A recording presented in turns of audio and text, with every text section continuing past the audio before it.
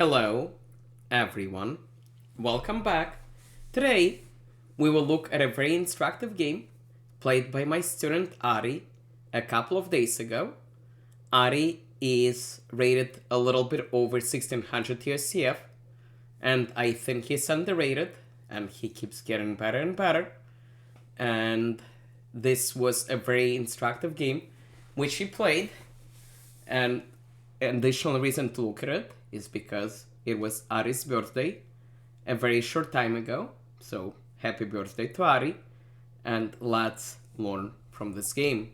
He played against someone rated over 2100. The time control was 10 minutes, and let's take this game and put it into lichess. Ari was black.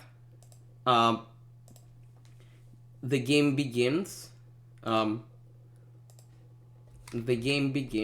with e4. Ari plays Sicilian defense, and his opponent plays the Alapin. The point of the Alapin is to play g4 and fight for the center.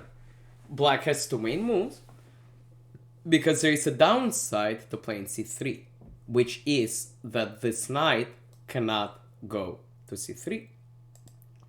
One way to play is pawn g5, with the idea that after takes, white cannot attack the queen. The other way is what Ari played, which is knight f6, taking advantage of the fact that the knight cannot protect the pawn. White attacks the knight, and Ari puts it on a nice central square. White builds a pawn chain, pawn z4. Ari takes, and white plays a nice move. He could take back right away, but he plays knight f3 first because Ari cannot take this pawn because his knight will be lost.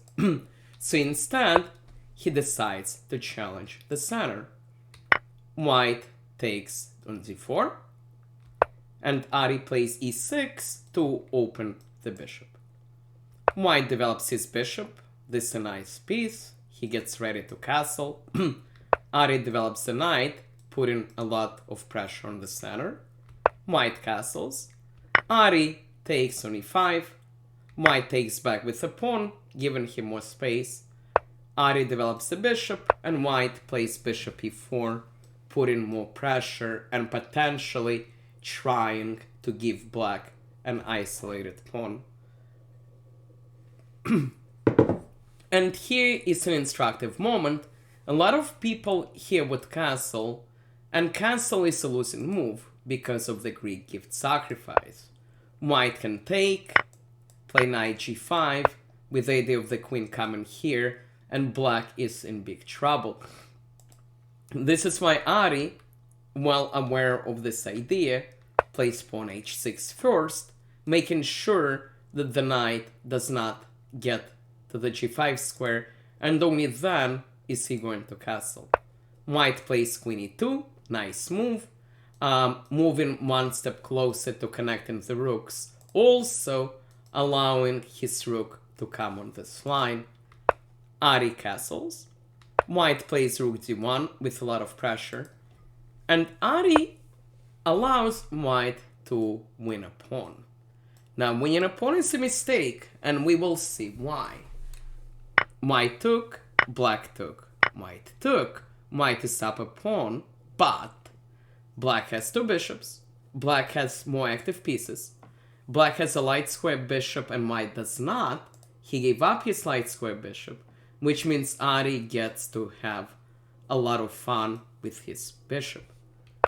So he does. He develops with tempo, connects his rooks. The rook has to move. The rook moves back to d1. And here, Stockfish wants Ari to start putting pressure on the knight with the idea of knight d4. But he first improves his rook.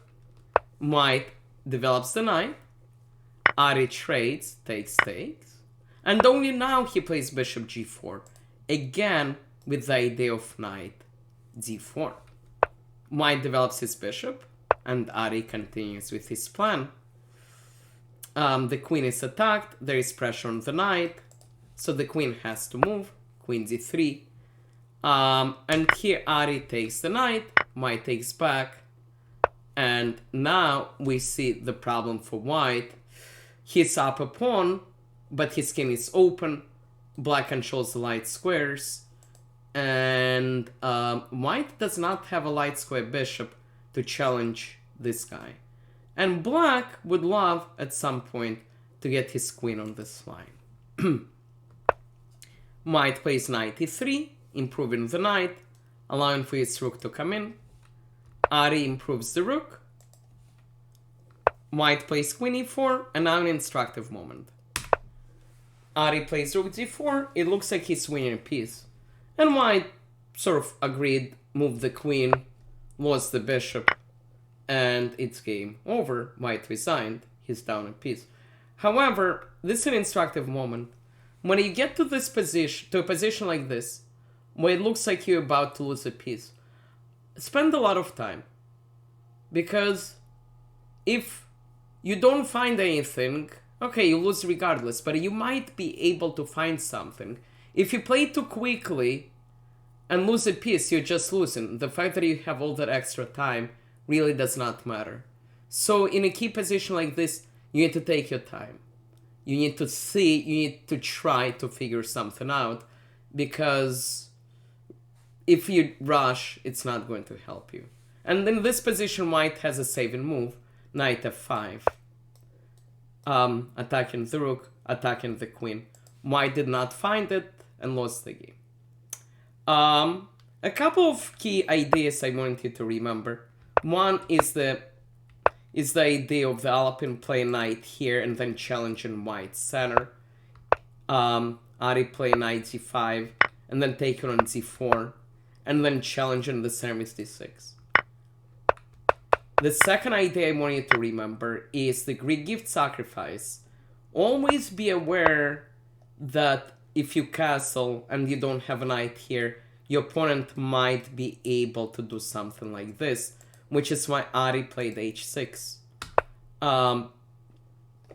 And the third idea is material is important, but there are other things which might be even more important, like piece activity, which Ari demonstrated in this game when he sacrificed over here in this position.